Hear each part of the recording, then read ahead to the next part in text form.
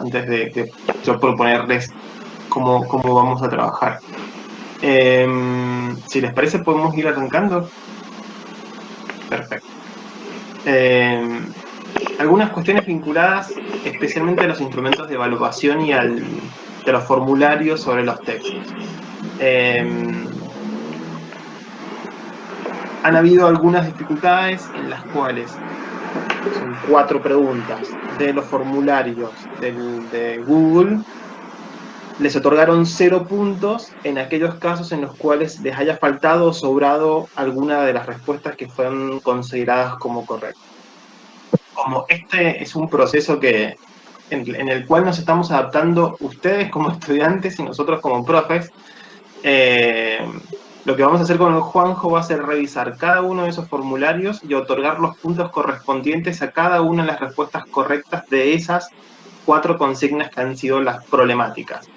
Así que lo que vamos a hacer nosotros va a ser tomar los resultados de los formularios y revisar uno a uno las respuestas y otorgarle los puntos correspondientes cuando hayan contestado de manera correcta. De esa manera vamos a tener como un primer ensayo con la puntuación final de la primera actividad del formulario.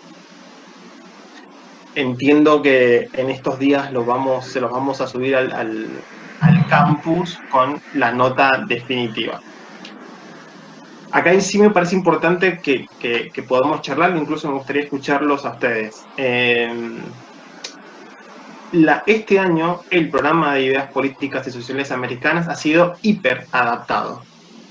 Tradicionalmente había muchos más textos, muchos más contenidos y muchas más instancias de evaluación. Teníamos 5 trabajos prácticos por unidad, 5 coloquios en donde se revisaban todos los textos de unidad y 2 parciales para poder promocionar. Este año la propuesta ha sido, dado el contexto y las dificultades que hay de acción y de poder estudiar de esta manera, que para ustedes y para nosotros es como muy complejo, decidimos acortar y reducir muchos los requisitos para la promocionalidad.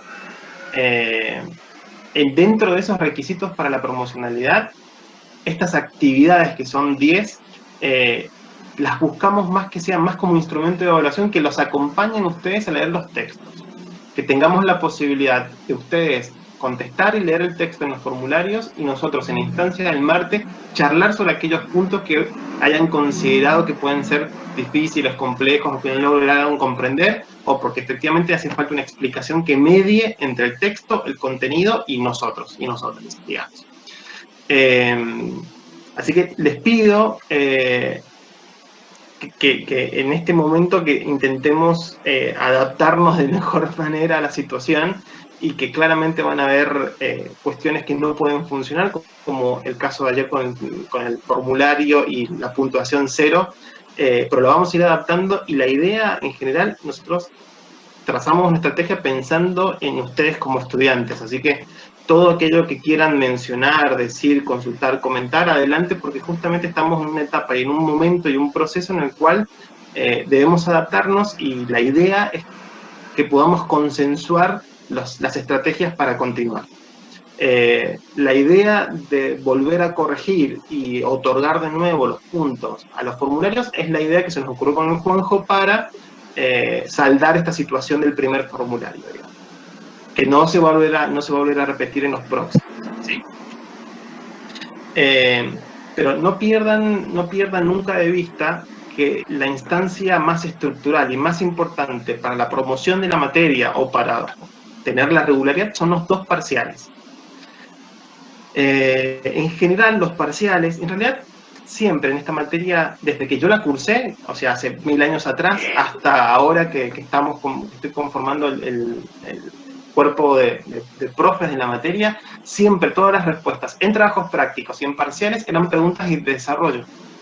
Eran de las pocas materias que yo tuve en aquel momento de la carrera, en ciencia política, en que nos daban 4 preguntas y nosotros teníamos que desarrollar, y en ese desarrollo escribir un montón, conectando contenidos, conectando y relacionando textos, conectando y relacionando unidades con otras unidades. Era un espacio que teníamos de escritura además, porque Y nosotros los conservamos y lo hemos seguido conservando porque nos parece importante que tengamos la posibilidad de poder escribir. No, en el sentido de que muchas veces no tenemos estos espacios y no basta la tesina. Digamos, en el momento que ustedes están presentando su tesis de grado, recién ahí hay un ejercicio largo, sesudo, de poder escribir, de desarrollarse y expresarse de manera escrita. En esta circunstancia, para el 2020, dada la pandemia, pensamos que hacerlo un poco más pragmático, los formularios, que sea eso, y sí conservar las preguntas de desarrollo para los parciales donde ustedes puedan llegar ahí a expresar. ¿A qué voy con esto? Que lo que me parece más importante, más allá del formulario, que se hayan sacado un 6, se hayan sacado un 7, un 5, un 8, da igual, es que hayan comprendido el texto. Para mí lo fundamental es que puedan haber comprendido qué quiso decir Quijano con alguna de sus ideas, y porque eso les va a permitir a ustedes aprobar el parcial. Yo quisiera, y les pregunto y les consulto a ustedes, que la estrategia que tengamos los martes sea para prepararlos para el parcial, digamos. Que pregunten y consulten hasta la duda más que ustedes puedan considerar aún más tonta, más irrelevante, puede ser importante para tener una explicación y vernos cara a cara y charlarlo. Que básicamente es lo que nos falta en este momento de cruzar pandémicamente, digamos.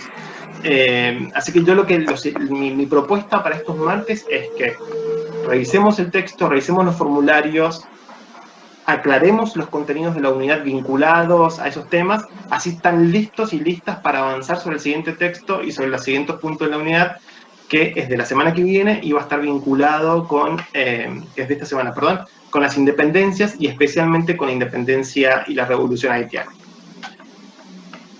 Es una primera parte, y ahora sí me gustaría escucharlos y escucharlas a ustedes a ver qué les parece. Buenos días, profesor Emilce Quevedo. Hola, Emilce.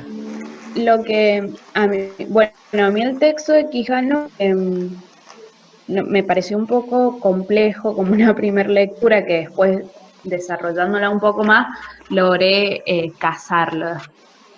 Lo que sí, lo que yo iba a plantear después de lo que acaba de decir, es que estas consultas podrían ser un día antes que el formulario o las actividades que se vayan a presentar, para nosotros ahí poder sacar todas nuestras dudas, poder realizar correctamente las actividades, porque a muchos se nos presentaron dudas antes de hacer el formulario. Bueno, por ejemplo, a mí me fue mal en el formulario.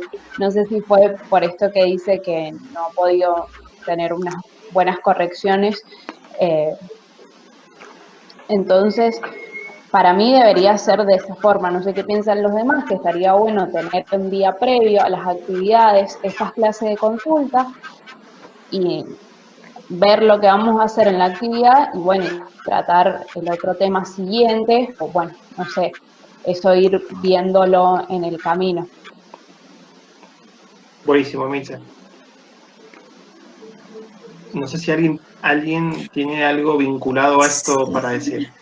Sí, buen día, profesor. Mi nombre es Ayelen Galván y bueno, sí, coincido con la compañera que, buen día, hola, que es fundamental tener, me parece, un espacio de encuentro previo, de intercambio sobre todo, previo a la realización de los formularios, porque me parece que también es una estrategia más para poder ir avanzando en pos de llegar después a los parciales un poco más tranquiles y preparadas, por decirlo de alguna forma. A mí me pasó concretamente, me fue muy mal en el formulario, y cuando me puse a revisar y a cotejar incluso las respuestas con el texto, me pasó incluso de haber marcado algunas respuestas que directamente estaban mal, ni siquiera era que me faltaban, sino que estaban mal, porque yo había inferido determinadas cuestiones o había interpretado el texto. Entonces, me pasó de, bueno, al haber interpretado y no haber tenido como una mediación del texto, me pasó eso, que directamente me fui para cualquier otro lado y, bueno, marqué mal. Y, bueno, eso quería aportar, que también coincido con lo que comentaba Emilce. Genial. ¿Alguien tiene algo más para decir vinculado al formulario y a las fechas? ¿O están de acuerdo con sus compañeras? Buen día, profe. ¿Eso se escucha? Sí, perfecto. Hola, Ornella. Hola, yo estoy de acuerdo con mis compañeras de que hace un encuentro previo, justamente para charlar las lecturas, y sobre todo este texto también me pareció un poco complejo. Y me pasó en el formulario que sentí que las preguntas estaban bien, o sea, entendía a lo que se refería, pero como estaba tan complejo el texto, yo lo entendí de esa manera y en sus respuestas, o sea, las opciones que habían, estaban como más simples y me costó como relacionarlas a las respuestas, como que tenía otra cosa en mi cabeza, me costó eso, relacionarlo. Bien, bien. No sé si alguien más tiene algo más para decir vinculado a esto. Creo que no. Eh, Miren, yo estoy totalmente de acuerdo entonces en que podamos cambiar la fecha de estos encuentros. Habían anotado más personas, pero somos un grupo grande, digamos, de 30 ya incluso. Hay un asunto que para el cuarto año de la carrera de ciencia política se consensuó con las otras cátedras que el Día de Ideas Políticas y Sociales Americanas sea el martes. Y creo que en ese caso me parece más complejo poder mover esta fecha del encuentro y que ustedes puedan conectarse. Aparte, muchos y muchas de sus compañeros y compañeras se van a conectar a la siesta después de la tarde. Digo, va a estar todo el día tomado casi por ideas americanas. Sí, lo que le puedo proponer al Juanjo es poner el formulario, hacer el formulario miércoles o jueves. Yo no sé si ustedes están cursando muchas otras materias que les puede llegar a impedir contestar el formulario. En realidad, si han leído el texto y si tienen la mediación, probablemente lo vayan a contestar un poco más rápido, más allá de cuán difícil o no sea el formulario. Pero deberíamos consensuar ahí una fecha. No sé si ustedes tienen disponibilidad entonces, miércoles, jueves o viernes, no sé qué días prefieren, por lo menos para que yo cuando lo charle con Juanjo esto ya tenga como tengamos consensuado entre nosotros y nosotras un día. Digo, bueno, el grupo de la mañana quisiera jueves como primera opción y viernes como segunda, no sé, ¿qué les parece?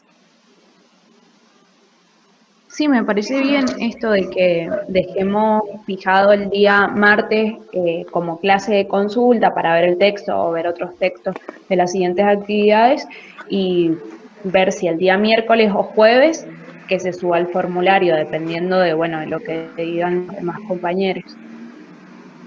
Buenísimo. ¿Y qué prefieren? ¿Miércoles, jueves o viernes? Como primera opción. Buen día, profe. No sé si se escucha bien. Sí, hola Sofía. Yo curso cuarto año de comunicación social y a nosotros el día jueves se nos complica un poco porque tenemos clases en la mañana y en la siesta. Entonces, yo creo que para la gente que cursa comunicación sería mejor los días viernes, que por el momento no los tenemos cargados. Esa es mi sugerencia. Bárbaro. Acá hay algunos que están diciendo viernes y miércoles. Mi pregunta es la siguiente. ¿Ustedes creen que se les puede llegar, por más que cursen algo miércoles a la tarde o incluso el viernes por la tarde, creen que se les puede llegar a complicar completar el formulario al mismo tiempo? Digo, si tal vez están cursando pocas horas, me parece, ¿no? No están haciendo cursadas de 4 o 3 Profe, horas. Sí. yo creo que si se respeta el horario de 12 a 6 de la tarde, podríamos consensuar para antes de entrar a cursar, por ejemplo. Yo particularmente con algunos compañeros tenemos literatura o el viernes imagen corporativa, entonces quizás desde las 12 a las 3, 4 que entramos a cursar, podemos contestar el formulario. Así que ahí bueno, habría que ver con los demás. Dale, yo le propongo al Juanjo cambiar para viernes o miércoles y también vamos a estar supeditados a lo que comenten y digan los compañeros y compañeras de los otros grupos de la siesta y la tarde. Pero hagamos eso entonces, conservemos los martes a partir de las 11 para saldar todas las dudas y conversar sobre todo, digamos, todo lo que se les ocurra y seguramente ya para la semana que viene el formulario va a estar o miércoles o viernes puesto. Así que eso por un lado.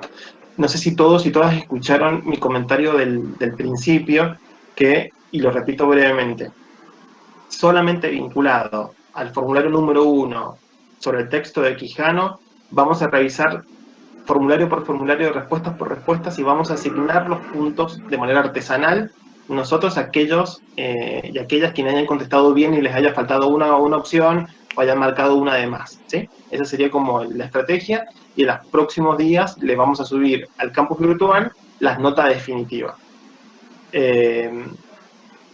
Eso por un lado. Y segundo, bueno, eso, que intentemos generar espacios de diálogo y consenso lo más fuertes posibles, porque entiendo que para ustedes puede ser frustrante estar en esta situación, para nosotros también, nos estamos adaptando.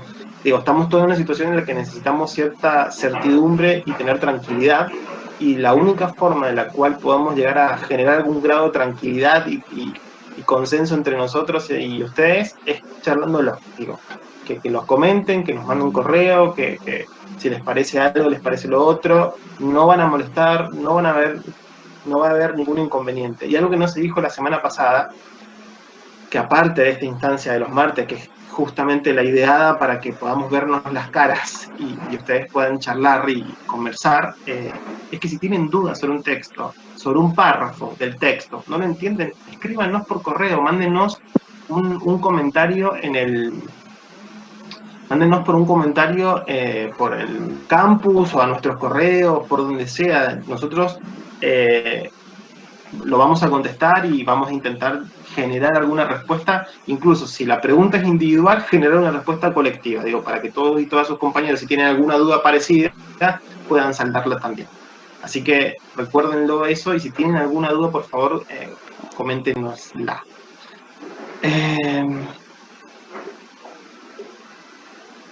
En realidad, acá Luisina dice que no pudo ser el número 1. En general, hemos planteado como instancia de evaluación, de aprobación, 7 de 10 de los formularios. Así que no hay ningún problema que desaprueben o que no hagan uno. Cualquier cosa después podemos charlarlo personalmente, Luisina, en relación a este formulario.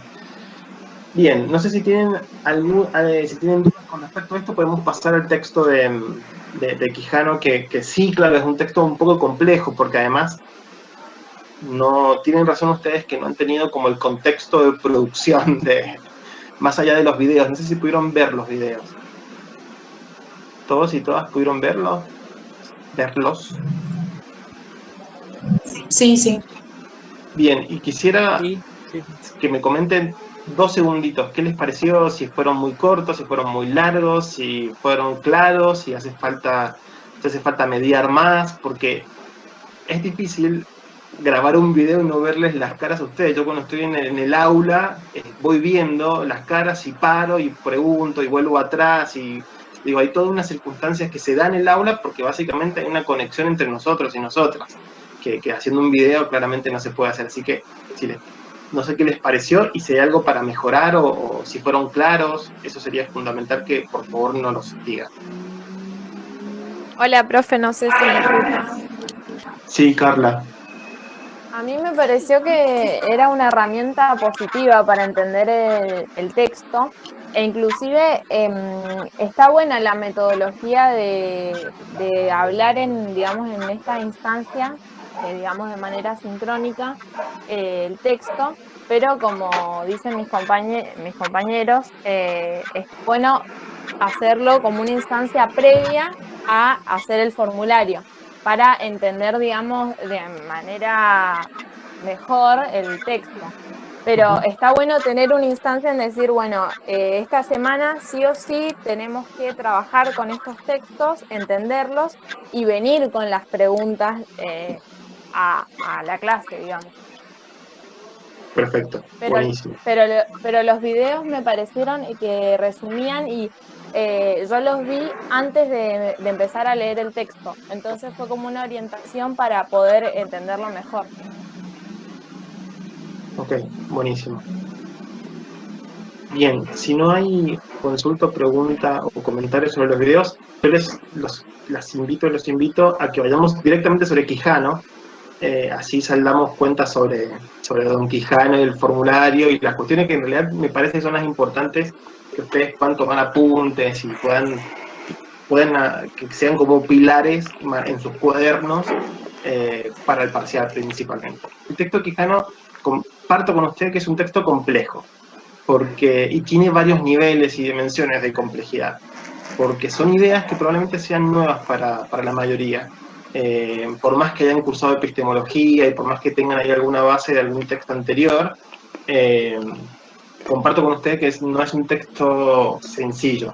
Sí me parece que es un texto importante, sí me parece que es como probablemente los textos más importantes de toda la materia, porque es importante para la unidad número 1, pero es importante para la 2, para entender la 3, para entender la 4, para la 5, o sea que es bastante transversal lo que está planteando Quijano en este primer texto de esta unidad. La primera pregunta del formulario hacía referencia a la metáfora de los molinos de viento, y a la escena esta donde el Quijote de la Mancha se encuentra con los molinos de viento. Básicamente es una metáfora. La respuesta es compleja. Yo se las leo las tres respuestas de interpretación de esa metáfora que están en el formulario, y ahí explicamos opción por opción. La primera dice: esta escena expresa los avances científico-tecnológicos, los molinos de viento, como instrumentos centrales del modo de producción feudal. Segundo, refiere a la consolidación del poder colonial español en América Latina y las referencias a la linealidad de la dominación que nos atravesaron desde hace más de 500 años. Tercero, esta escena muestra las temporalidades simultáneas y sus relaciones sociales en los inicios de la modernidad.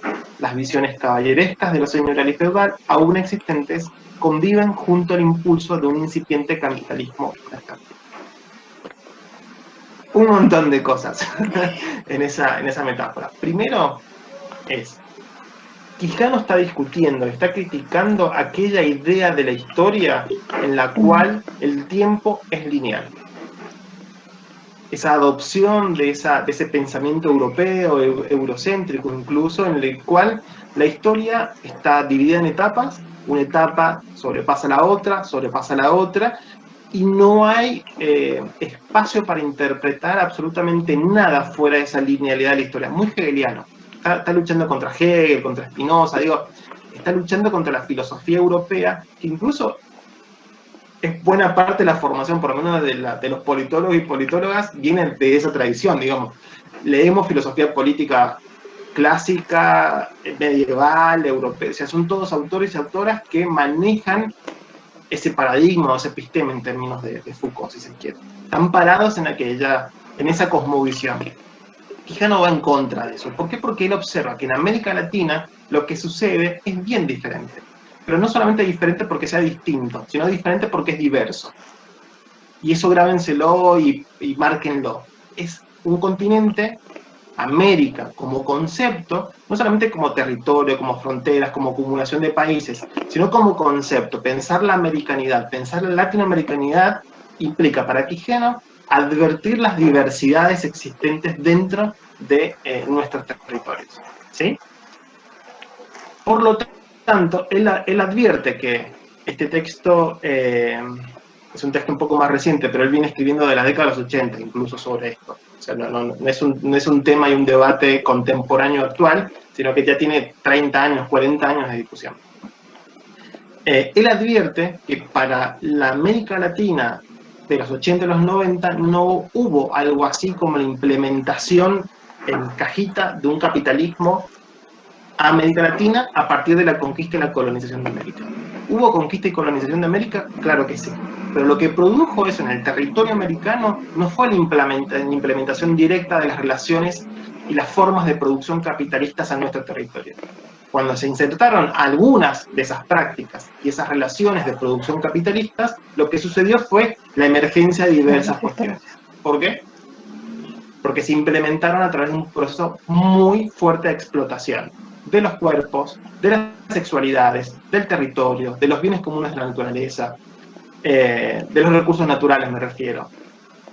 Hubo una explotación sobre la cultura, sobre la historia de los pueblos indígenas que habitaban las sociedades precoloniales. Él se pregunta básicamente, bueno, América Latina en algún momento parece como si fuese feudal, a veces parece que fuese capitalista, a veces parece que fuese indígena, y la verdad que la respuesta correcta es que sí, pero a las tres cosas, no a una por sobre la otra. América Latina, desde el proceso de conquista y colonización de América, fue un poco feudal, un poco capitalista y un poco indígena. Pero todo al mismo tiempo. Y todos estos procesos se dan dentro de un mismo territorio. Si uno va a Brasil, si uno va a Perú, se da cuenta que en la sierra el modo de producción predominante tiene que ver algo con la servidumbre y el vasallaje vinculado a las grandes haciendas, a la mano de población indígena, e incluso hay comunidades indígenas que están completamente por fuera de las relaciones mercantiles, o sea que no existe algo así como intercambio mercantil. Si uno va después a la selva, claramente en la selva peruana hay comunidades que estrictamente tienen ese modo de producción, ese modo de vida, esa matriz societal vinculada a las comunidades indígenas. Pero después si nos vamos a Lima, Puerto, es la parte más capitalista, porque claramente hay mayor proceso de trabajo asalariado, hay relaciones de dependencia, se establece ya un vínculo de relación social más formal vinculado al capitalismo. Y además porque básicamente está el Callao y está el puerto, y las transacciones mercantiles de la época se hacían todas formales. Pero ese proceso que él advierte ya en los 80, él dice, bueno, en realidad no es algo nuevo del siglo XX, para nada. Es un proceso que se dio en América Latina a partir de la conquista y la colonización. O sea, que a partir del siglo XVI en adelante, en América Latina convivieron estas diferentes formas de producir valor. Y que por lo tanto, eso implica diferentes temporalidades. No son los mismos los tiempos de la producción, los tiempos de la socialización, los tiempos de la historia. Para aquellas personas que están más orientadas hacia este modo de producción capitalista, los tiempos de la historia, de la cultura, de las lenguas, en aquellas sociedades que están más orientadas a la cuestión indígena, y mucho menos a aquellas que tienen relaciones más feudales, más tradicionales. Entonces, en esa metáfora, lo que busca Quijano es decir, América Latina es muy diversa. ¿Y cuál es el concepto que él utiliza históricamente para pensar esto? Es heterogeneidad histórico-estructural. Si no lo tienen anotado, por favor, anótenselo. Tomen a punto. Es heterogeneidad histórico-estructural. Es el concepto que utiliza Quijano para describir todo esto que yo les mencioné anteriormente. Entonces, a esa pregunta, y la respuesta tiene que ver básicamente con que hay temporalidades y diferentes sociabilidades, que es imposible pensar América Latina con los anteojeras de miradas del cuerpo filosófico del pensamiento político europeo. No porque esté mal, porque es válido para ellos, pero no es tan válido para pensarnos a nosotros y a nosotras mismas. Ese es el punto de quiebre y es el punto inicial y el punto de partida del pensamiento de Aníbal Quijano. Hablé un montón. No sé si quieren comentar y decir algo vinculado a esto. Por más tonto que les parezca su comentario o lo que fuese, háganlo. Este es el espacio para que podamos conversar. ¿Han visto previamente en alguna otra materia algo parecido a esto? ¿Qué tal, profe? Hola, Felipe. Yo le quería hacer una pregunta acerca de esta heterogeneidad histórica cultural. ¿Es justamente histórica? ¿Se ha presentado siempre hasta el día de la fecha esta heterogeneidad o es característica del siglo XVI, digamos? Es heterogeneidad histórico-estructural. Es histórico porque justamente nace en el siglo XVI, pero perdura hasta la actualidad. Y ahí tenemos varios ejemplos para poder ver. Y es estructural porque es transversal, sostiene mucho de las sociedades y los estados latinoamericanos se sostienen en esas heterogeneidades, que por más que después tuvimos independencias políticas, que por más que después se constituyeron los estados nacionales a finales del siglo XIX, que por más que después hubieron algunos procesos de democratización de ese estado, década del 30, del 40, del siglo XX en algunos países, que por más que después tuvo vueltas a la democracia a finales en los 90, los 80, post-dictaduras, a pesar de todos esos procesos de cambios políticos, en América Latina la cuestión de la diversidad y la heterogeneidad histórico-estructural continuó, y continúa hasta la actualidad.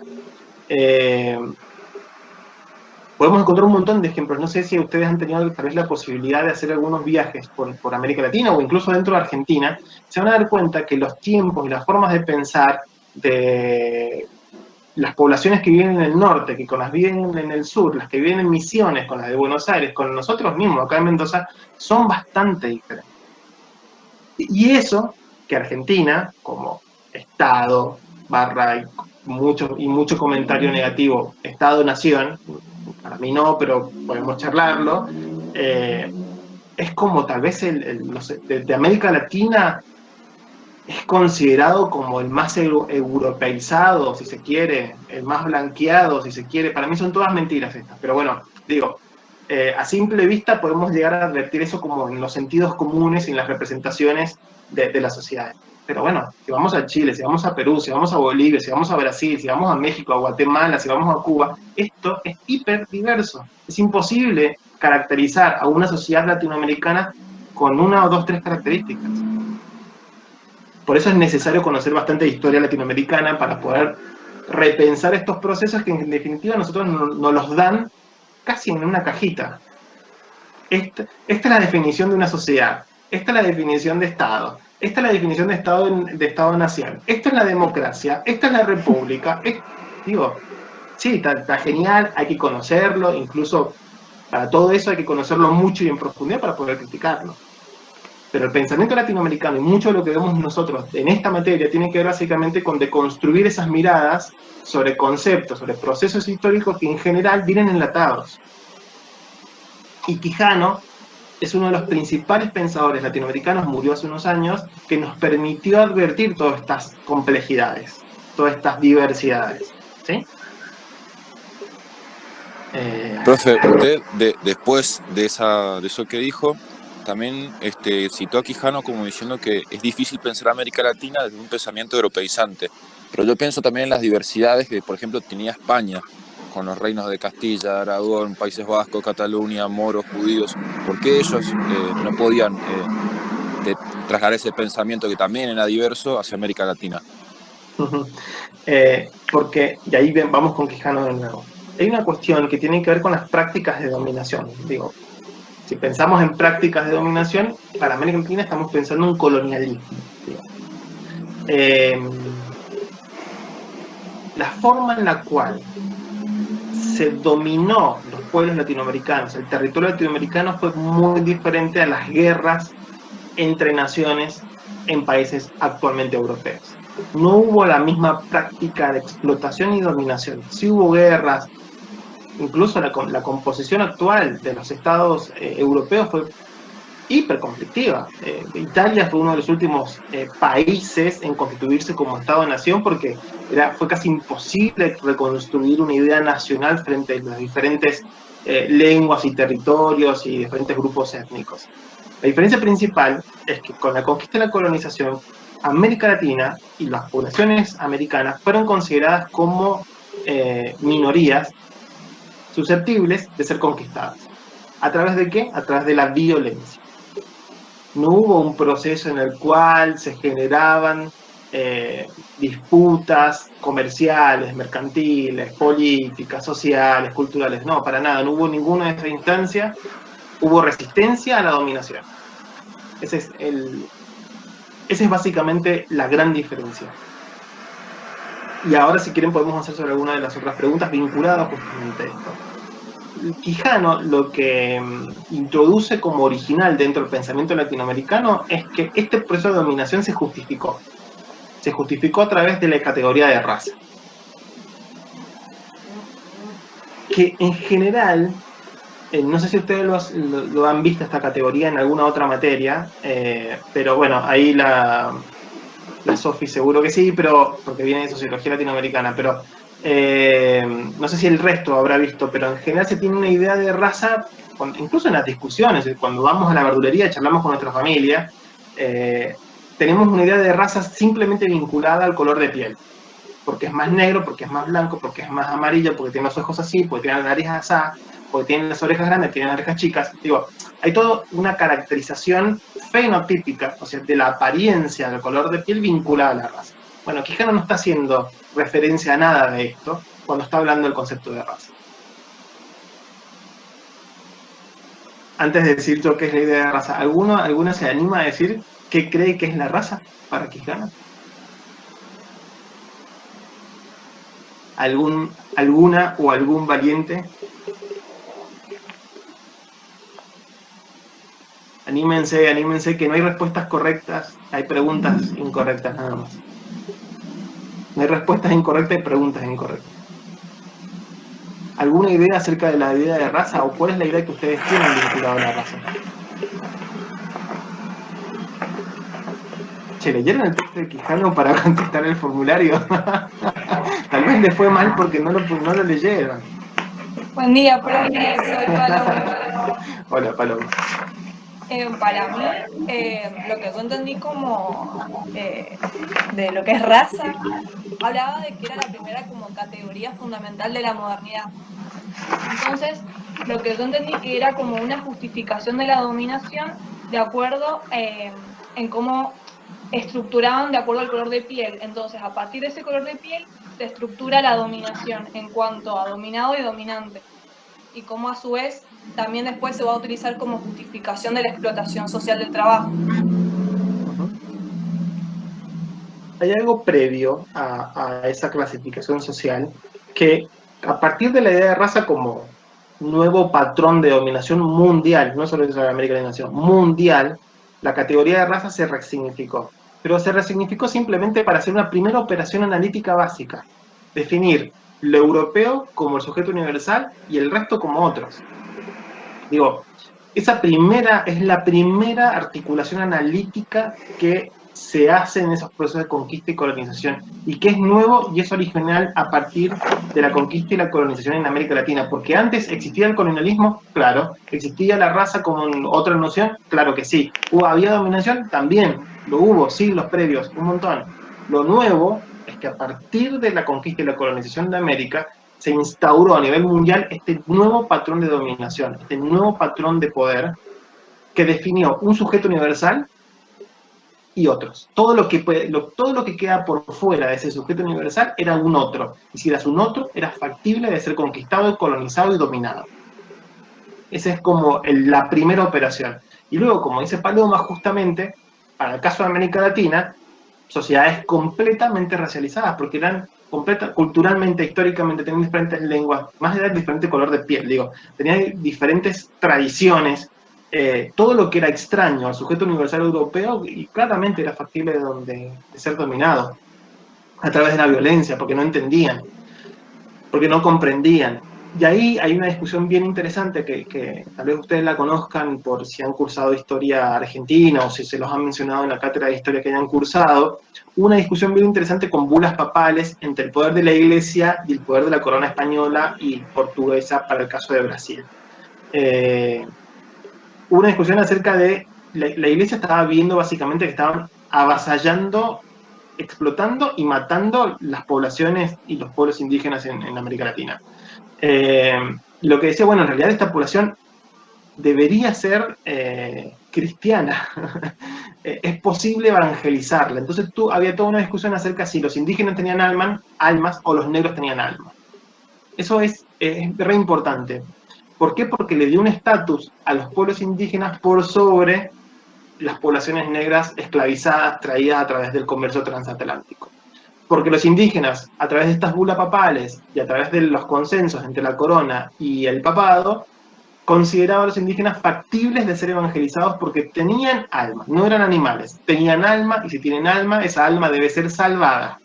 La salvación viene a través de la civilización, el progreso y el cristianismo. Así, tácate.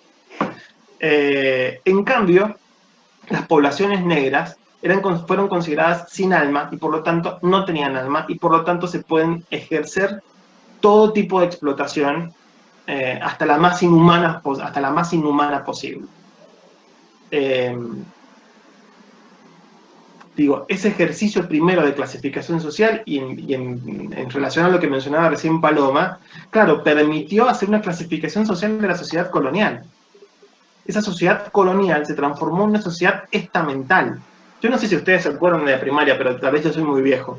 Pero a mí me enseñaban en la primaria que en la sociedad colonial estaban los blancos, los españoles, los españoles americanos, los americanos criollos o mestizos, después venían los mulatos, los zambos, bueno, es decir, tenías 1/8 de sangre negra, 3/8 de sangre indígena, eras tal cosa. Tuvo un sistema de clasificación que a nosotros nos parece bastante ridículo, pero es tan ridículo como cierto. De esa manera se clasificaban las relaciones sociales en la sociedad estamental del siglo XVI, del siglo XVII, del siglo XVIII, del siglo XIX, aunque les parezca extraño y raro. Y todo eso se complejizó cuando las relaciones capitalistas se comenzaron a consolidar en América Latina. Cuando las relaciones de explotación del capitalismo, ya bien orientado a la explotación del trabajo, a la extracción de la plusvalía y a todas esas nuevas formas de explotación que tuvo el capitalismo en América Latina, esa sociedad estamental se transformó en una sociedad de clases, pero no en una sociedad de clases como las europeas, sino una sociedad de clases racializada. Ese es como ese devenir. Y todo esto lo permite algunos conceptos de Quijano, por ejemplo, la idea de raza. No sé si estoy yendo muy rápido, pero... ¿Alguna, antes de seguir con otras preguntas, tienen alguna otra consulta?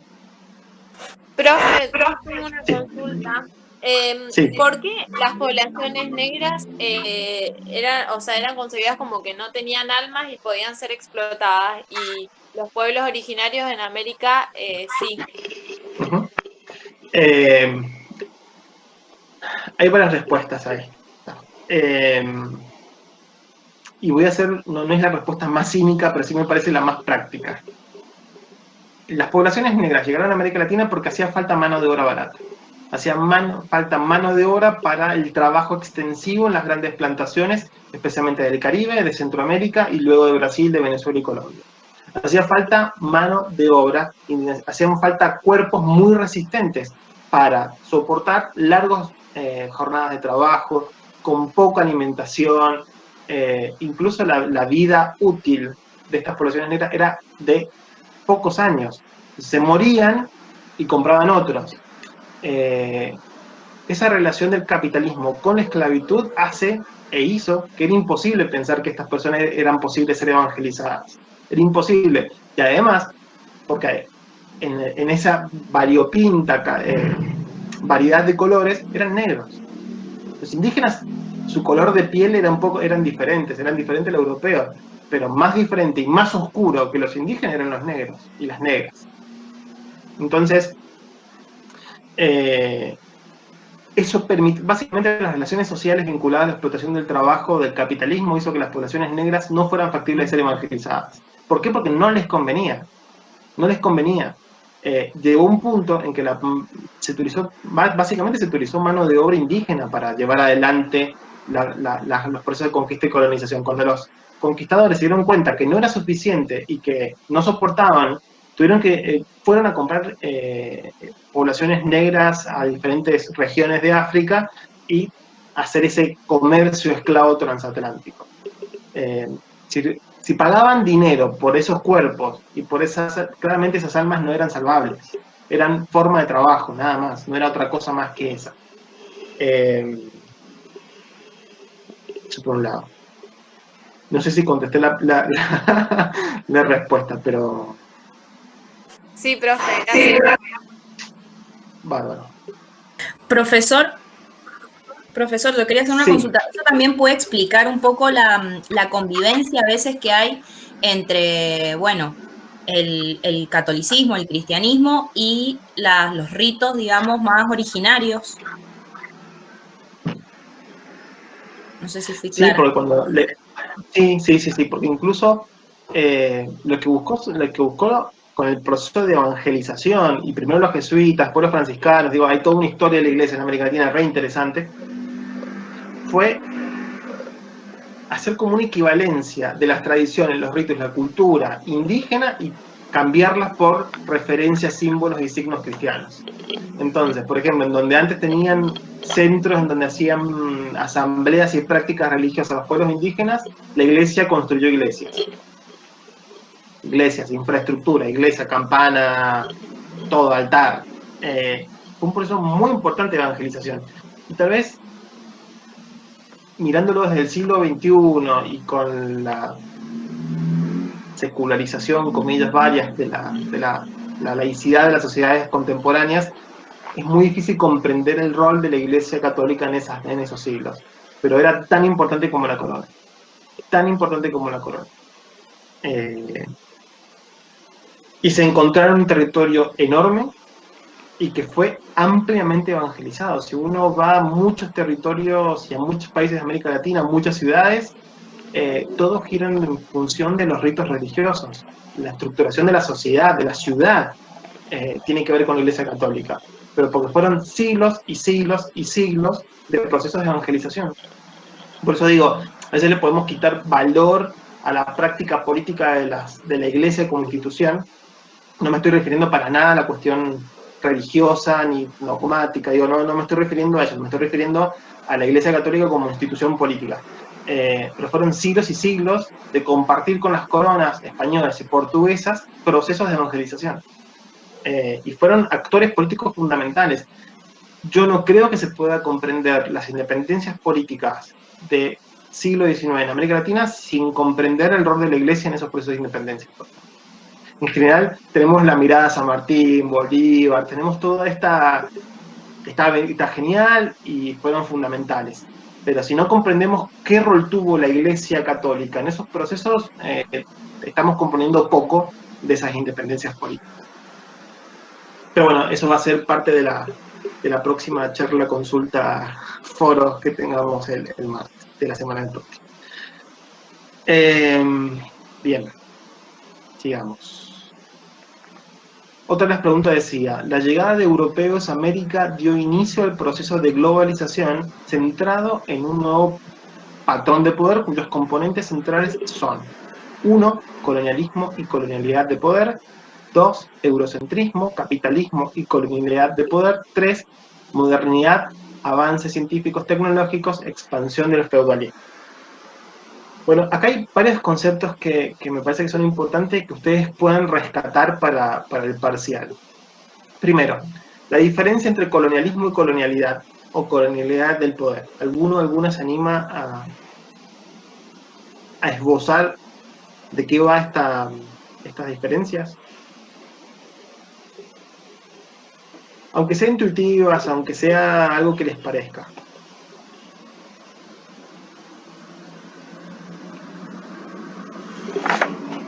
Vamos, alguna valiente, no me dejen hablando solo.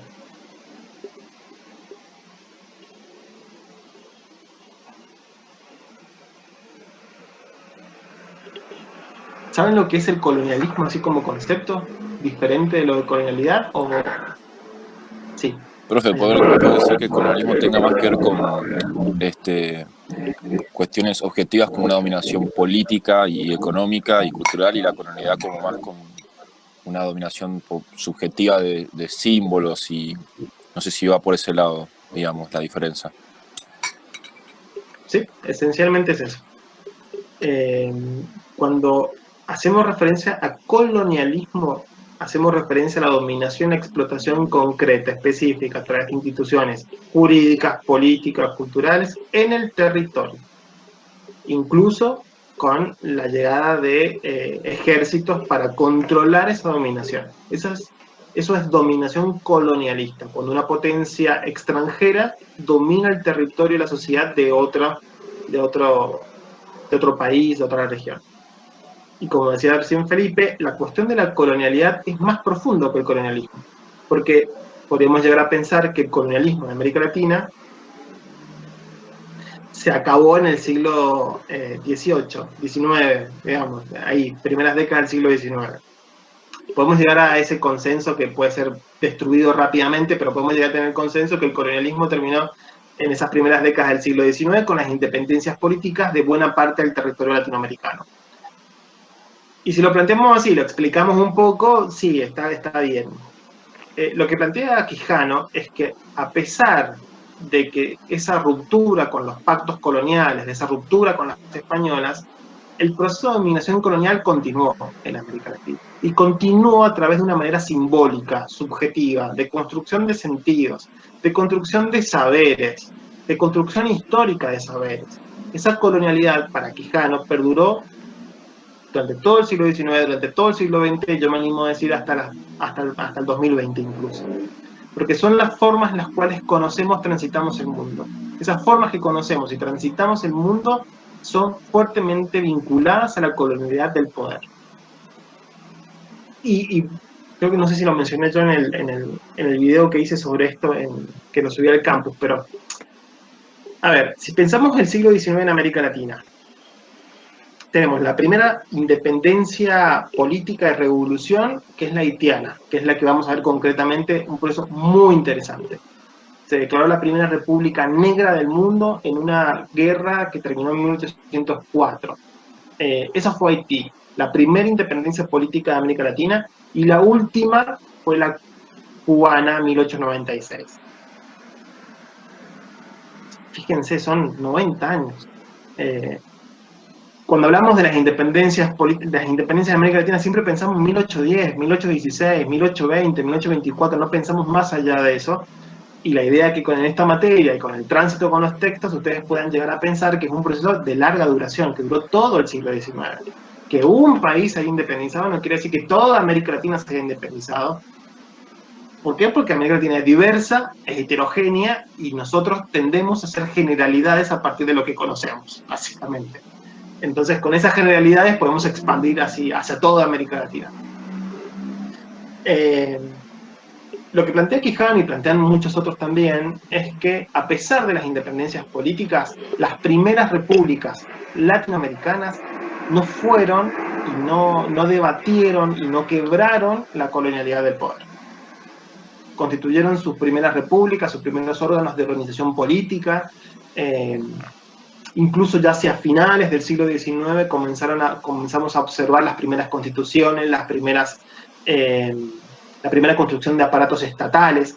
Toda esa construcción de organización sociopolítica en América Latina no quebró en absoluto y para nada con los lazos de dominación colonial. ¿Por qué? Porque aquellas poblaciones que fueron históricamente dominadas estuvieron teniendo el mismo estatus. Básicamente es eso, lo cambiaron.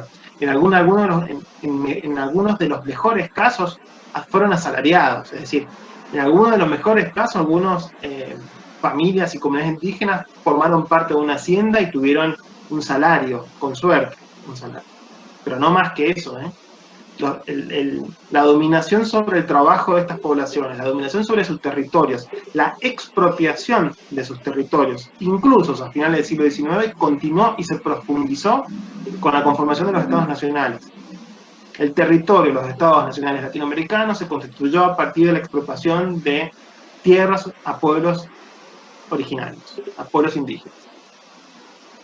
No me gusta decir pueblos originarios porque conceptualmente pareciera que son del pasado y para nada están, América Latina es tan diversa que es imposible decirlo de esa manera. No sé si me explico, hay procesos de dominación que son simbólicos, vinculados a prácticas culturales, a prácticas históricas, a las formas en las cuales conocemos el mundo, que lo definimos el mundo, tiene que ver con la colonialidad. Y esa colonialidad perduró del siglo XIX, perduró los procesos de democratización de la sociedad latinoamericana de las primeras décadas del siglo XX y perdura hasta la actualidad. Si no se explica cómo Yanín Áñez entra al Palacio del Quemado con una Biblia y diciendo fuera los indios en el golpe de Estado del año pasado a Evo Morales. Espero que en la última unidad podamos charlar acerca de esto, vinculado específicamente al caso de Bolivia. Pero simbólicamente, la Biblia y la discusión en contra del indígena fue el año pasado, fue 2019, hace meses. Hace menos de un año. Son tan perdurables en algunas sociedades latinoamericanas que la podemos observar a través de golpes de Estado, que parece completamente anacrónico hablar de golpes de Estado cuando se pensó que los golpes de Estado habían quedado en los 70 en América Latina. De nuevo me fui por las ramas. Profe, una pregunta. Entonces, el tema de colonialidad que caracteriza un patrón de dominación global propio del sistema mundo moderno, era para imponerse a lo que serían la raza, principalmente a los indígenas. Hay como una articulación entre la racialización permite el ejercicio de la colonialidad del poder. Esa clasificación social, estamental, después de clases, permite la dominación colonial, permite O sea, un ejercicio práctico y concreto de dominación de la colonialidad es decirle a una sociedad, a un pueblo o a varios pueblos que su historia no vale, que todo lo que ellos aprendieron previamente de alguna manera no sirve, y lo que hay que aprender es la historia griega, la historia egipcia, la historia romana, aprendernos de memoria cuáles fueron los emperadores en Roma, aprender básicamente cómo fue el gobierno de Carlomagno, aprender cómo fue la construcción de la dinastía de los Habsburgo. Digo, el borramiento de la cultura, la lengua, la historia es la práctica de dominación de colonialidad del poder básica. Y eso se permite a través de la racialización de la dominación. Entonces, no son dos conceptos que sean iguales, racialización, raza, con colonialidad del poder, pero sí están muy vinculados, porque uno permite la reproducción del otro, básicamente. No sé si contesté, Milce. Hola, buen día. Sofi. Buen día a todos. Hola, Maxi. Yo tenía una pregunta con respecto al concepto de fantasmas. No sé si avanzamos mucho, o sea, si nos vamos, pero a la hora no quería dejar de hacerlo. Dale, perfecto, ahí lo tengo, porque es la última pregunta. Voy un poco más rápido con el formulario, ya son las 12 y llegamos a fantasmas. Otra de las cosas de la pregunta de la número 2 que tiene vínculo con otra de las preguntas, otro de los bloques de preguntas, tiene que ver con el eurocentrismo.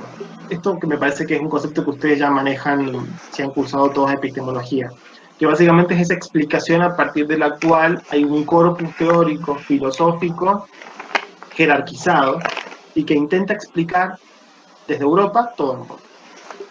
Es más o menos esa referencia un poco chabacana que dije yo recién, vinculado a generalizar. Bueno, muchas veces uno generaliza a partir de experiencias personales, a partir de lo que uno observa. Yo leo este libro de teoría política latinoamericana y hablo y generalizo una situación porque lo leí acá. Y bueno, solamente leíste un libro, flaco. Te falta bastante más para seguir leyendo y para poder tener algún grado de generalidad. Básicamente ese es el ejercicio que se comenzó a instrumentar en todo el mundo a partir de esa modernidad colonial instaurada a partir del siglo XVI. El concepto, las nociones, la cultura, la lengua y la historia europea definió las experiencias a nivel mundial. Y eso es parte de los procesos de globalización, básicamente, de la mundialización del capitalismo incluso. Y con esto no estoy diciendo que no sean importantes, porque sí lo son. Estoy diciendo simplemente que no es la totalidad de lo que conocemos. Que es necesario conocerlo para adherir o para criticar. Pero además de eso, además de saber al dedillo la historia europea y la filosofía europea de Rousseau, de los contractualistas, que sepamos específicamente cuáles fueron los aportes de Hobbes a la filosofía política, que sepamos acerca de la Revolución Francesa, de la Revolución Industrial, bueno, hay que saber eso perfecto, fundamental para comprender una currícula de una carrera de ciencias sociales. Pero además de eso, conozcamos la Revolución Haitiana, conozcamos la Revolución de Independencia Cubana, conozcamos la Revolución Cubana. Digo, se busca generar a partir de esta idea de eurocentrismo una crítica a la conformación de corpus teóricos que definen a todos y a todas.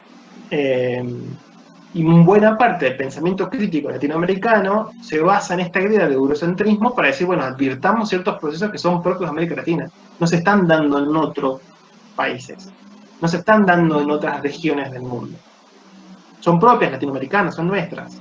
Después ya vamos a ver en la unidad número 3, cuando veamos a Mariátegui, vamos a darnos cuenta de las diferencias entre el pensamiento marxista de Mariátegui. Sí. Sí, Gabriel.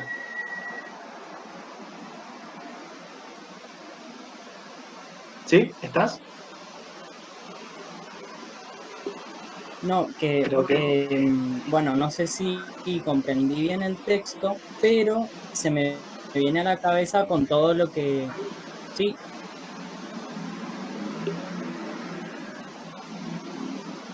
Se me viene a la cabeza todo el tema de, o sea, la simplificación de conceptos en base a indígena y negros. ¿Cómo se simplifican culturas? Y en base a, no sé si tiene relación con el eurocentrismo, partir desde esta parte. Sí, incluso yo lo estoy haciendo ahora, pero es como una forma más analítica para poder conversar con ustedes, pero cuando hablamos de indígenas, estamos hablando de un montón de pueblos y nacionalidades que no se definen ellos y ellas mismas como indígenas, se definen como aymaras, como quechuas, como mapuches, digo, es una mega simplificación y también es un ejercicio eurocentrista, me parece, Gabriel, incluso con la población negra. Bueno, ahí hay una dificultad que se me olvidó comentar recién. Digo, todos estos procesos, de esta manera tan simplificada como yo lo estoy mencionando, son observables, digo, analíticamente, para el siglo XVI y siglo XVII. Lo que pasa ya con el paso de los siglos, y las décadas y décadas, las razas, los pueblos indígenas, las poblaciones negras, comienzan a mezclarse. Y ahí está el famoso 12 de octubre con el crisol de razas, todos contentos, los indígenas de la mano de los españoles. Hay una nueva raza que es la raza mestiza, somos todos americanos porque somos todos mestizos. Toda una cuestión celebratoria acerca de la dominación y la violencia colonialista que hemos aprendido desde la primaria. Pero lo cierto, más allá de la burla, esto, digo, lo cierto es que estos procesos tuvieron mucho de realidad. Si nosotros intentamos en este momento decir de qué raza somos, ¿qué me dirían?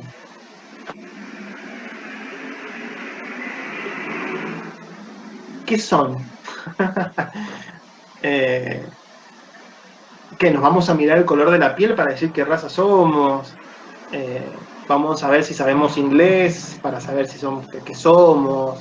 Bueno, digo, la mezcla y la conformación de las sociedades latinoamericanas contemporáneas es muy compleja, es extremadamente compleja, porque incluso hay referencias a personas que provienen de Bolivia actualmente y le dicen o la denominan boliviano o boliviana, pero son argentinos, segunda, tercera generación en Mendoza, segunda, tercera generación en Argentina, es ridículo, digo, pero digo, son instancias en las cuales constantemente clasificamos. Y básicamente somos todos latinoamericanos en ese sentido, en términos raciales. Racializadamente somos todos iguales. Hay un texto que teníamos hace unos años dentro de la materia que a mí me gusta mucho y es medio complejo. Se llama Las causas profundas de la raza en América Latina, de Rita Segato, que probablemente aquellos quienes estén más interesados en los debates sobre el feminismo, de racialidad, la hayan escuchado, incluso ha sido como una popstar hace como un par de años dando conferencias. Muy interesante. Bueno, lo que dice la Rita en alguno de esos textos, en ese texto particularmente, es que nos damos cuenta cuán racializados estamos cuando pisamos el imperio. Y es una linda referencia para pensar. Digo, por más que seas, y ella da el ejemplo, por más que tengas cuatro abuelos inmigrantes europeos, cuando pisás Italia, cuando pisás Francia, cuando pisás Estados Unidos, sos latino. Por más blanco que seas, por más rubio que seas, por más ojos claros que seas, no dejas de ser latino y vas a ser latino siempre. Esa racialización es hiper extendida y me parece muy interesante para pensar la contemporaneidad, digamos.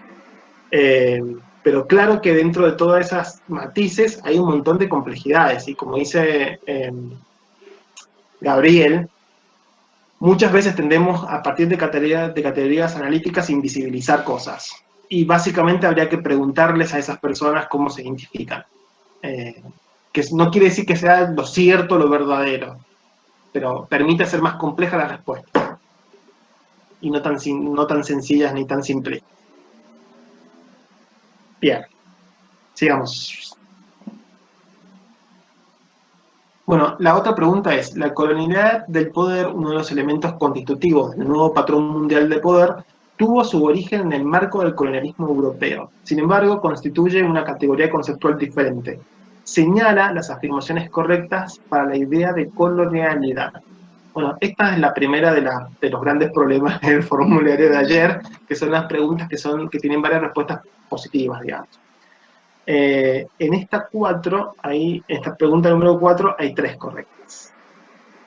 Si yo les digo, la colonialidad es la dominación política, económica y cultural efectiva por parte de las potencias marítimas portuguesas e hispánicas de América Latina. ¿Qué me dicen? ¿Positivo, verdadero o falso? Pongámonos multiple choice. ¿Qué les parece? ¿Cómo la contestaron?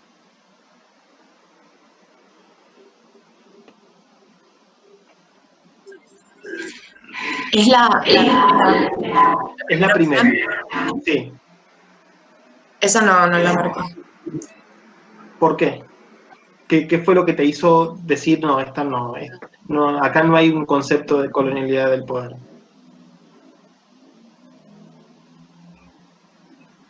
Ay, no escucho. Perdón. ¿Ahora? Me parece que estamos... Yo te estoy escuchando y te estoy viendo bien, Nayibe. Bueno, ya va a volver la compañera, me parece. En esa primera opción se hace referencia más que a la idea de colonialidad del poder o colonialidad, a la idea de colonialismo, que es la dominación política, efectiva, concreta. O sea, ya cuando ustedes vean algo vinculado a dominación efectiva, política, institucional, jurídica, ya no estamos hablando de colonialidad, sino de colonialismo, de práctica colonialista, concreta y específica. La segunda dice, la colonialidad, uno de los elementos del capitalismo, responde a la clasificación racial y étnica que determina un lugar específico en la división social del trabajo. Y esa es la definición básicamente que hemos estado charlando hasta ahora, digamos. Esa es como una de las grandes formas de entender lo que es la colonialidad. Bueno, la tercera, ya la contesté recién. Dice, la colonialidad finalizó con la ruptura del colonialismo. Bueno, básicamente no. Hubo una ruptura fue con la dominación política jurídica, comillas varias, podemos llegar a decir del colonialismo, pero no de la colonialidad, porque la colonialidad perdura hasta la actualidad. Y que tiene que ver con la cuarta opción. Pese a la finalización de la dependencia colonial, con las salidas independentistas, la colonialidad del poder continúa existiendo. Claramente esto es así. Y la última, la colonialidad refiere a la dimensión simbólica de la dominación, donde representaciones y subjetividades invisibilizan sistemáticamente las relaciones sociales de producción y la diversidad étnico-racial, que es básicamente más o menos las respuestas recién o comentarios de Felipe y Gabriel. Ese doble ejercicio.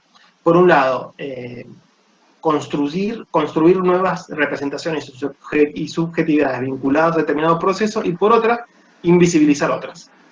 Es como las dos cosas. Construimos sentidos comunes vinculados a un proceso, pero al mismo tiempo invisibilizamos aquellas que consideramos tienen menor estatus.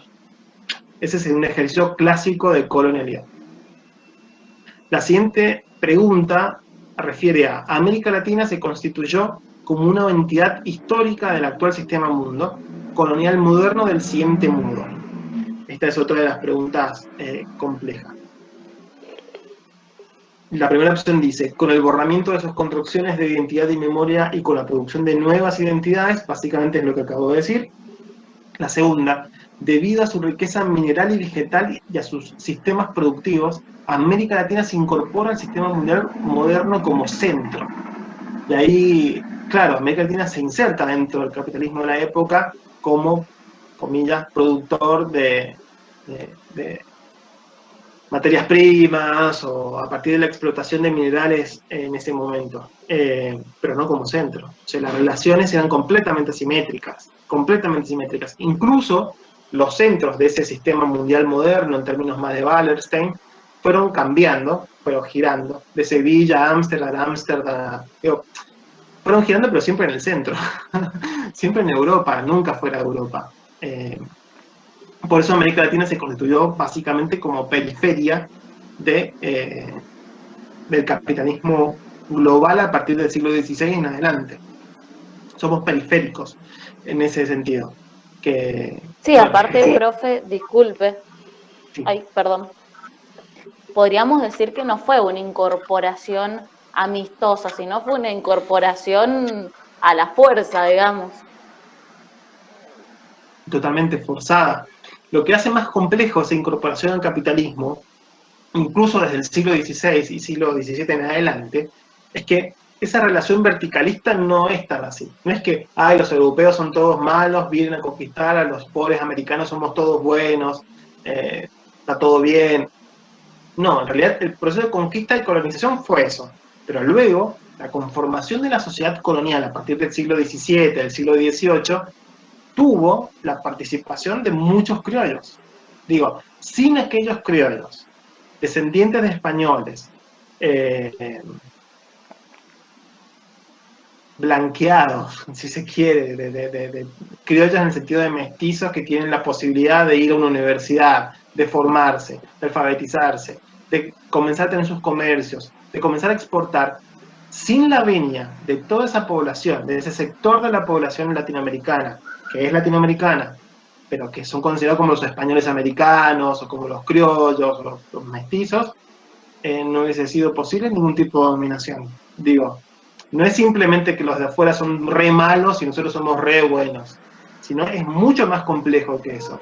Porque ya a partir del siglo XVII, del siglo XVIII en adelante, buena parte de sectores en América Latina se beneficiaban, especialmente comercialmente, por lo tanto de manera de rédito económico, de las relaciones capitalistas de explotación.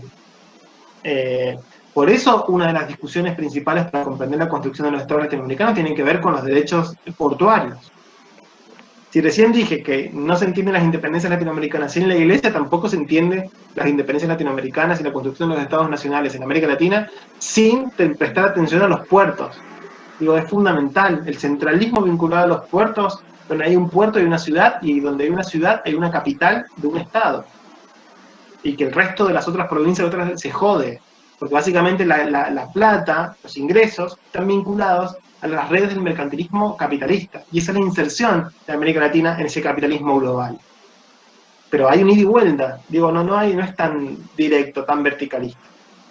Al inicio lo fue, eso está claro. Pero luego, con el paso de los siglos, incluso las sociedades del siglo XIX, que ya vamos a ver más en la unidad número 2, donde vamos a ver el pensamiento liberal en América Latina y qué formas, y qué pensamientos, y qué ideas de ese liberalismo se fue construyendo en América Latina durante todo el siglo XIX, tiene que ver bastante con esto. Digo, ¿quiénes llevaron adelante los procesos de independencia política? ¿Y por qué los llevaron adelante? ¿Qué querían? Sí, el contexto era oportuno, pero, digo, hay cuestiones que son interesantes para que no, desde el primer momento no seamos tan reduccionistas en empezar algunos procesos. ¿Sí? Eso siempre. Avancemos un poco más. Estos son más fáciles, pero...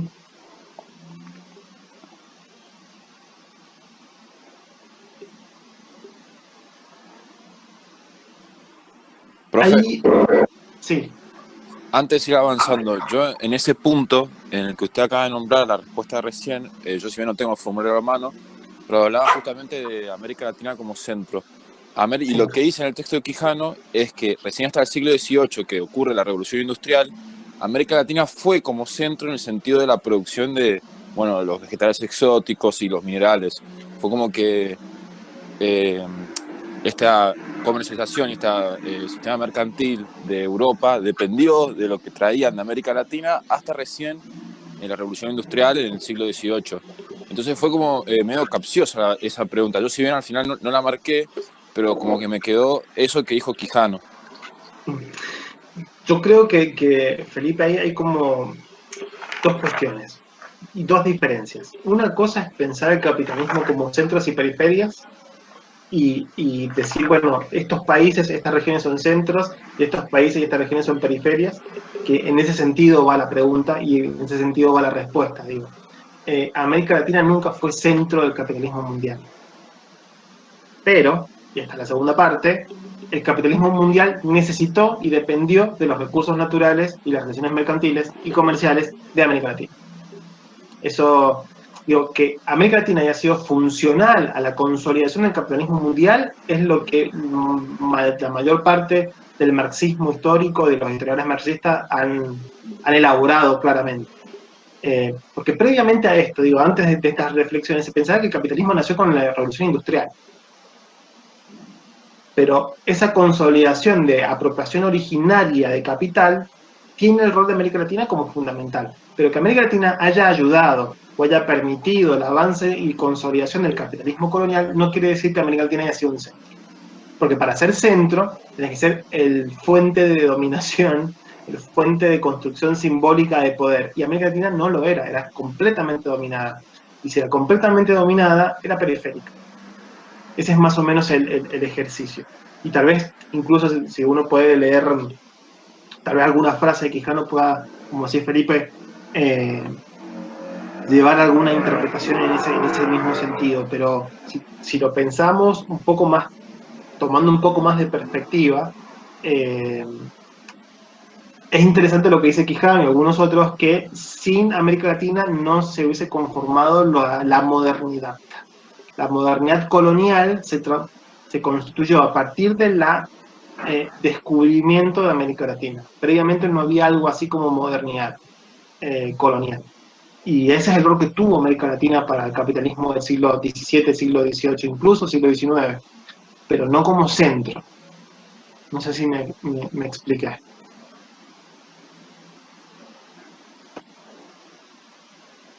Sí, profe, quedó entendido.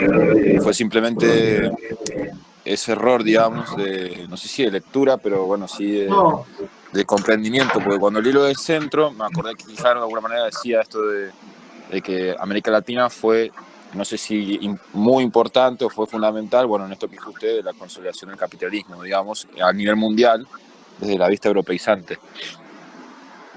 Sí, lo que pasa es que este texto, a mí me parece un muy lindo texto, pero está muy condensado, digamos. Quijano venía trabajando sobre esto hace un montón. Si uno se pone a leer la trayectoria de Quijano hay un montón de cosas para leer, pero este es como donde están todos los hits de grandes éxitos, digamos. Este es el disco de grandes éxitos de Quijano, se lo pusimos porque pues ha advertido un montón de cosas, pero en esos hits, claro, perdés matices y de algunas frases que puedan generar interpretaciones de ese estilo, que me parece que es por lo cual muchos y muchas de ustedes también han considerado que es un texto complejo, porque lo es, digo, básicamente porque lo es, no hay mucha vuelta con eso. Viendo las respuestas así, no se nos hace demasiado largo esto, pero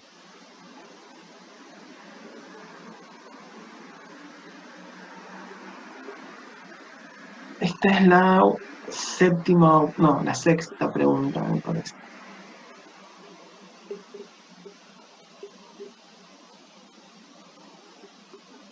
Que simplemente la leo para que quede como que estemos todos dentro de la misma página, especialmente si refieren a esto luego en el parcial. América Latina se constituyó como una entidad histórica del actual sistema mundo colonial. No, eso es lo que leí recién, perdón. Así. Bien.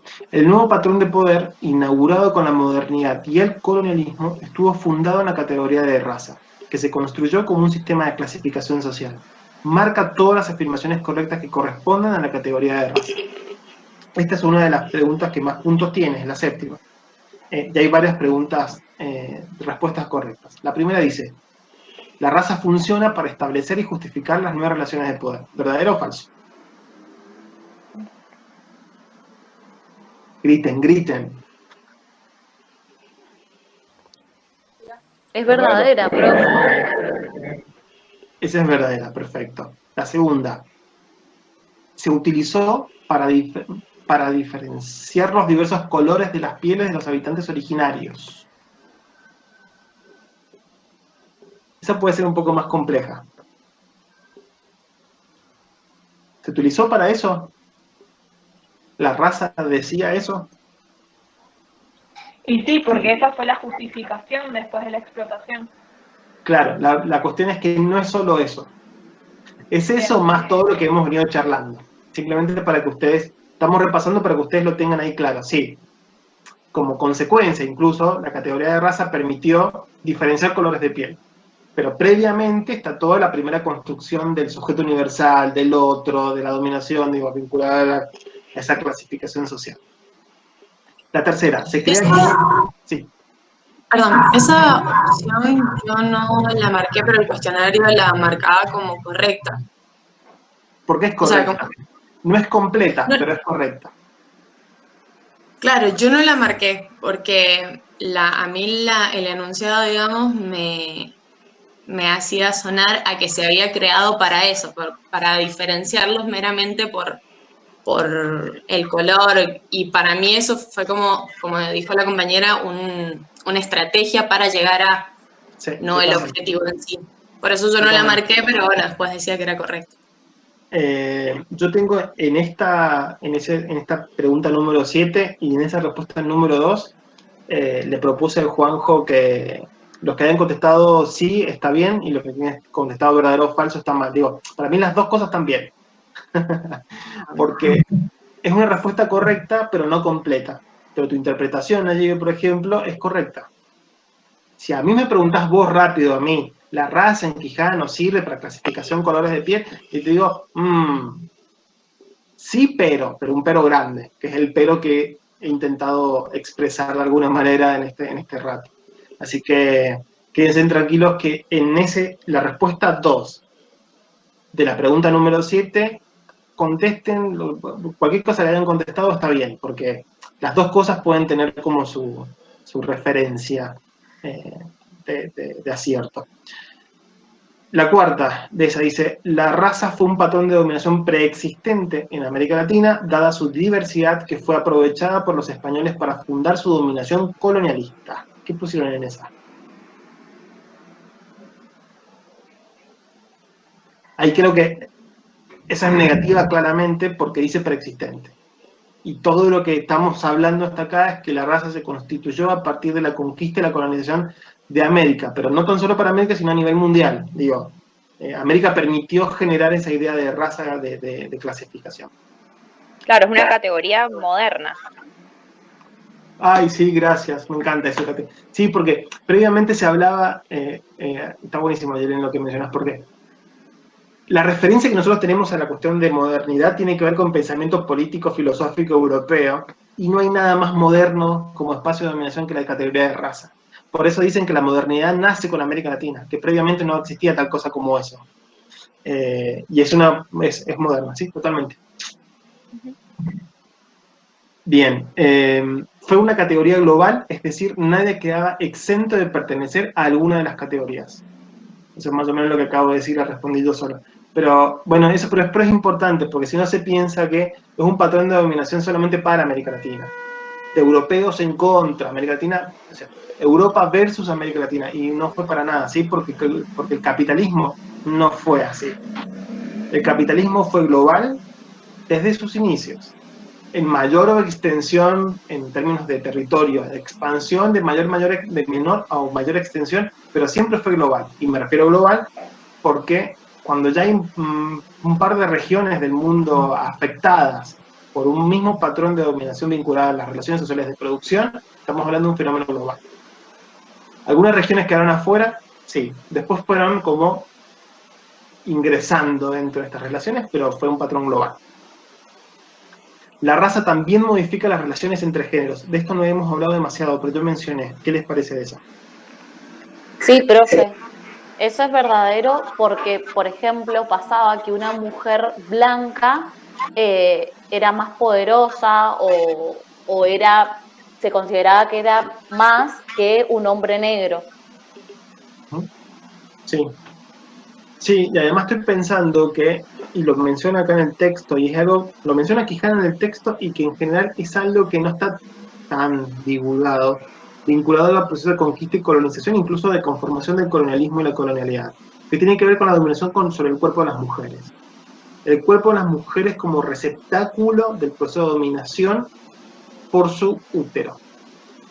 No solamente para satisfacer las necesidades sexuales de los conquistadores, los colonizadores, y las violaciones sistemáticas, porque eran cuerpos para ser tomados.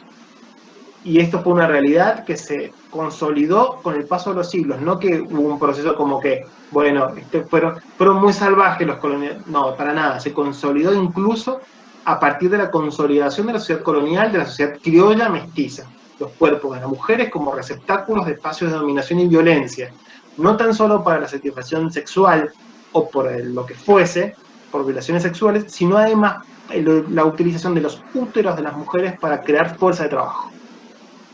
Sin las mujeres es imposible la construcción y la formación de fuerza de trabajo. Es así. Y que es la piedra angular de las relaciones de capitalismo, de las relaciones de dominación capitalista.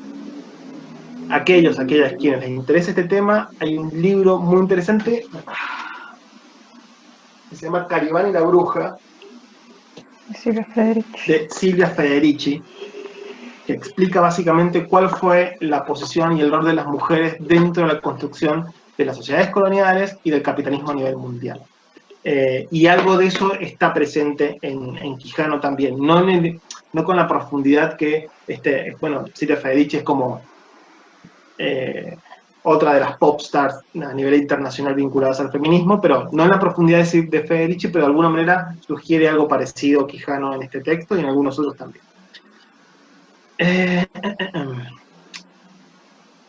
La raza. Se identificó una primigenia diferencia genética que permitió diferenciar a los humanos en diferentes razas. La raza refiere a una cuestión... Sí, profe, yo con respecto a eso, yo esa la marqué como... ¿No se escucha bien? Sí. Yo esa la marqué y después creo que figuraba como incorrecta. Y según lo que yo interpreté, es que inicialmente, o sea, como en términos genéricos, raza hace referencia a estas cuestiones más fenotípicas. O sea, vinculado a lo genético, pero también a lo observable.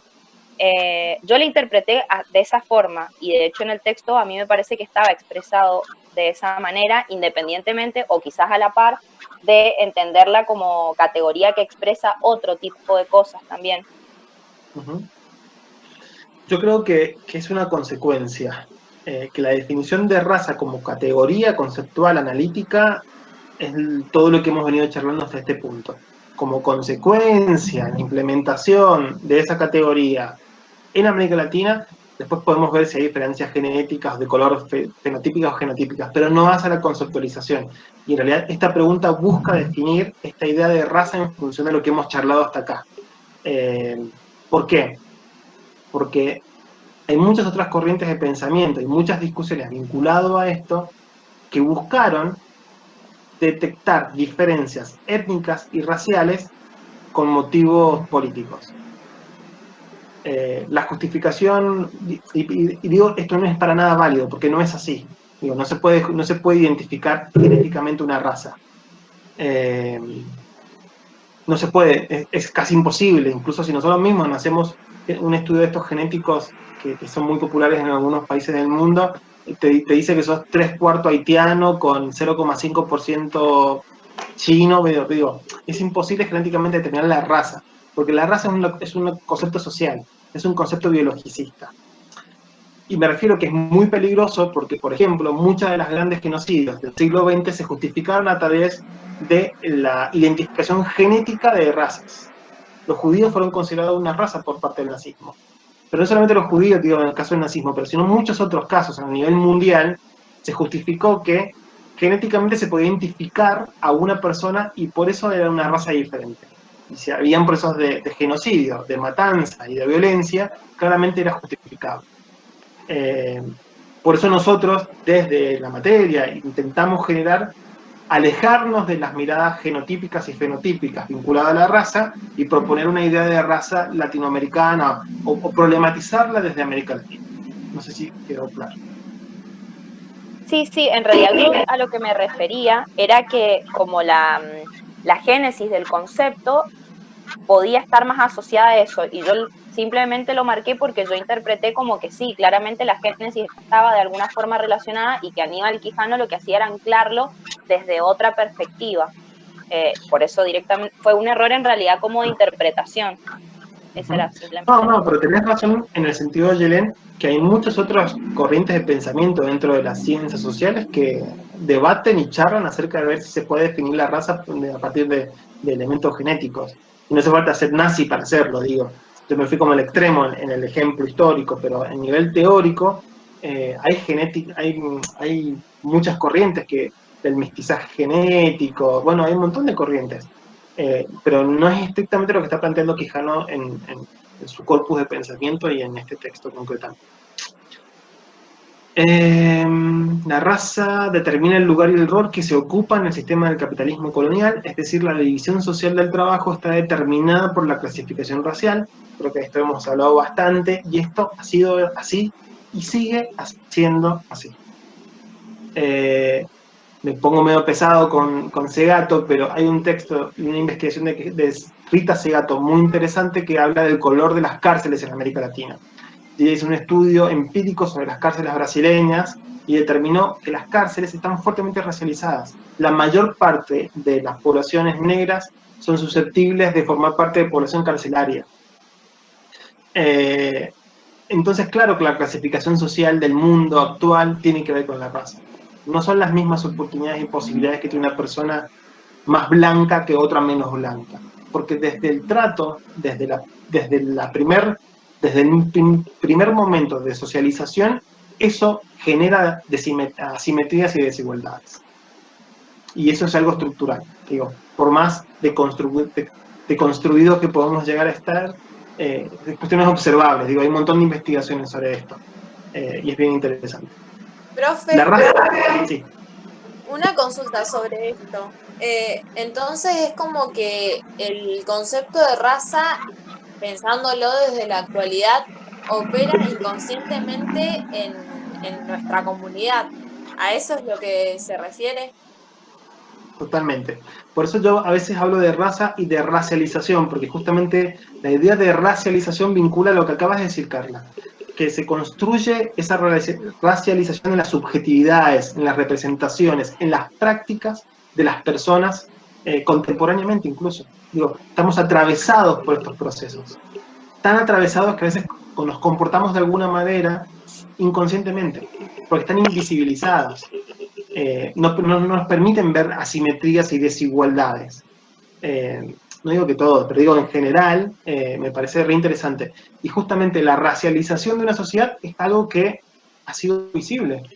Digo, lo que yo estoy diciendo, incluso dentro de los debates históricos, de los debates teóricos sobre América Latina, y no ha estado muy presente. Incluso, bueno, si ustedes revisan los programas de materias vinculados a historia de las ideas o pensamiento latinoamericano de hace unos 10 años atrás, poco se hablaba de indígenas, poco se hablaba de poblaciones negras, poco se hablaba de estos temas, porque el corpus eran latinoamericanos, americanos, sí, pero blancos. Era eso, digo, se van constituyendo como un estatus de legitimación sobre ciertas cuestiones que hay que ir como combatiéndolas, hay que ir como debatiéndolas. Pero sí, completamente, la cuestión de raza, la racialización es una cuestión simbólica incluso, de construcción de subjetividades, que en muchos casos es mucho más potente que el proceso de dominación concreto específico sobre el cuerpo de una persona, porque es mucho más profundo y por lo tanto es más complejo transformar.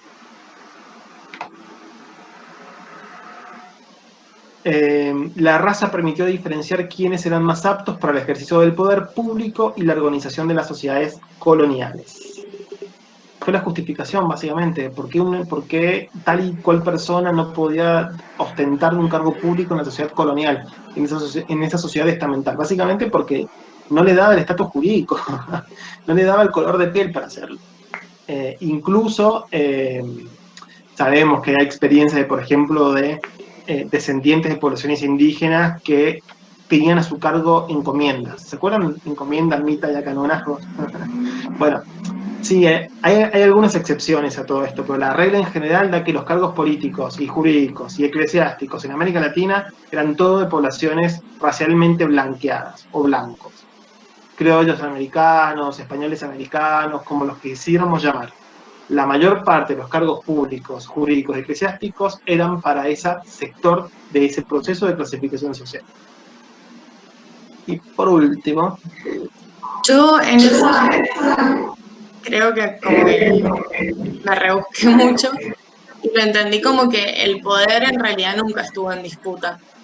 O sea que la raza no iba a eso porque el poder en realidad nunca se disputó. Siempre fue claro que era Europa el centro y no era para lo que fue creado la raza. Pero me la compliqué mucho, ahora lo entiendo.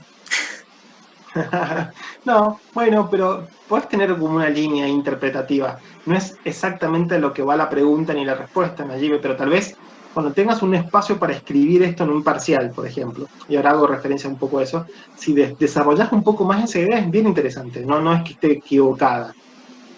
Pero bueno, no se adecúa a la extensión y a esto que es medio caprichoso, lo del formulario. Da para una idea para desarrollarla, incluso para charlarla, pero da para escribir sobre eso. Es bien interesante la interpretación.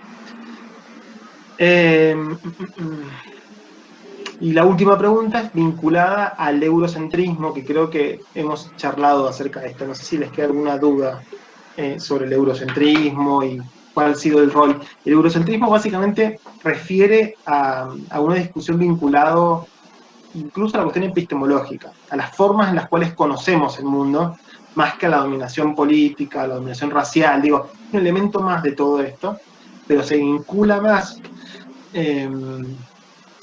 con una discusión a nivel epistemológico, teórico, de conceptos, de culturas, de lenguas, digo, la implementación del español y el portugués como lenguas oficiales en el territorio latinoamericano es un ejercicio completamente eurocentrista, digo. Que conozcamos más la tradición de pensamiento de Rousseau y los contractualistas europeos y no conozcamos nada ni de Miranda, de Bolívar, de San Martín, es un ejercicio de eurocentrismo. A eso se refiere más o menos la cuestión del eurocentrismo. No sé si tiene algún otro comentario, consulta, pregunta. No sé si Sebas y Antonella quieren decir algo sobre todo esto. No, que quizás ¿Se me escucha bien? Porque yo me escucho con mucho eco. Te escucho con un poco de eco, ¿Sigue? pero tal vez sean los auriculares. Ah, puede ser. A ver. ¿Ahí se escucha mejor? Creo que sí. No, que quizás son conceptos que sirven para analizar un montón de otras cosas, que lo vemos también en un montón de otras materias. Se me viene ahora rápido, no sé, la clase de la semana pasada de literatura, de quién define qué es la literatura, si son todos desarrollos europeos o por qué lo nuestro no era considerado literatura, y también en base a los feminismos. ¿Quién dice qué es el feminismo? ¿A qué mujeres representan las concepciones tan genéricas del feminismo? ¿Cuántas mujeres quedan afuera de esas definiciones? Entonces, por ahí también está bueno adoptar un montón de estos conceptos, no solo para lo que es la materia en sí, sino para resignificar todos los procesos que nos atraviesan y buscar la manera de, quizás hasta del mismo lenguaje, dejar de reproducirlos nosotros en nuestra vida cotidiana. Totalmente. Había quedado ahí pendiente algo que comentó la Sofía recién vinculado a los fantasmas. Tiene que ver con todo esto que venimos charlando. De ahí plantea como fantasmas son como los desafíos para América Latina. Básicamente es eso. ¿Cuáles son los desafíos? La democracia, construir una democracia latinoamericana, pero ¿cómo construimos una democracia latinoamericana que no sea esencialmente electoralista? Que se instrumente en el ejercicio del poder político y de representación de la ciudadanía para todos y para todas, y no para solamente un grupo que además históricamente han sido conquista de derechos, básicamente, porque previamente quien era ciudadano era varón, blanco, con propiedades y heterosexual. Con todas estas características, si estabas por fuera de eso, no eras ciudadano. Y creo que con esta idea de fantasmas en Quijano, en este punto, básicamente son como los desafíos para pensar ciertos procesos y ciertas instituciones que nos atraviesan actualmente. Digo, para nosotros y nosotras, la democracia ¿es simplemente el juego electoral? ¿Es simplemente ir a votar cada 2, 4 años? Bueno, tal vez nos los han enseñado que sea así. pero tal vez en esta materia los vamos a invitar a que sea eso, pero mucho más que eso. Que comencemos a complejizar un poco bastante ciertas instituciones políticas a través del pensamiento social latinoamericano. Y concretamente lo vamos a ver en la unidad número 5 con movimientos sociales.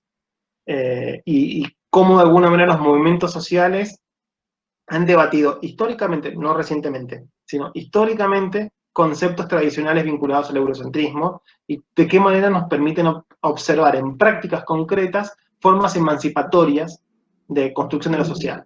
Porque no deja de ser de eso. Aunque parezca naturalizado, aunque parezca que sea algo de aquí para siempre, todo es una construcción social.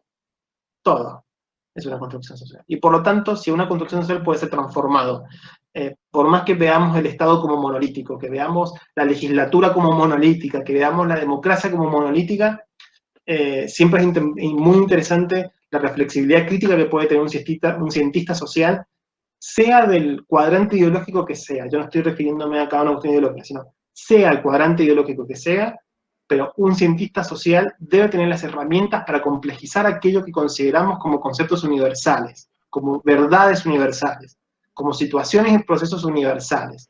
Cuando ustedes escuchen a alguien que les diga, la democracia es, esto es, desconfíen. Pero así con todos, digo, incluso conmigo mismo. Porque es un proceso de construcción, digo, esto es, y lo vamos haciendo y lo vamos haciendo colectivamente, básicamente. No sé, chicos, yo creo que he hablado un montón y no sé si les queda alguna consulta, pregunta, comentario, si no podemos ir cerrando. Y parroquial nada más rápido, les vamos a avisar por el campus si las nuevas instancias del formulario número 2 van a ser los miércoles o los viernes y vamos a conservar los martes para las consultas. Lean por favor el texto de Gruner, si tienen alguna pregunta en el proceso que lo están leyendo, mándennos mensajes por la mensajería. Digo, cópiennos y nos pegan el párrafo que diga, este párrafo no lo entiendo para nada. Bueno, mándennos y nosotros se los explicamos o ya vemos cómo hacemos la forma de generar como una mediación. No se frustren y no se frustren con el formulario, digo, todo puede ser consensuado y todo puede ser charlado incluso.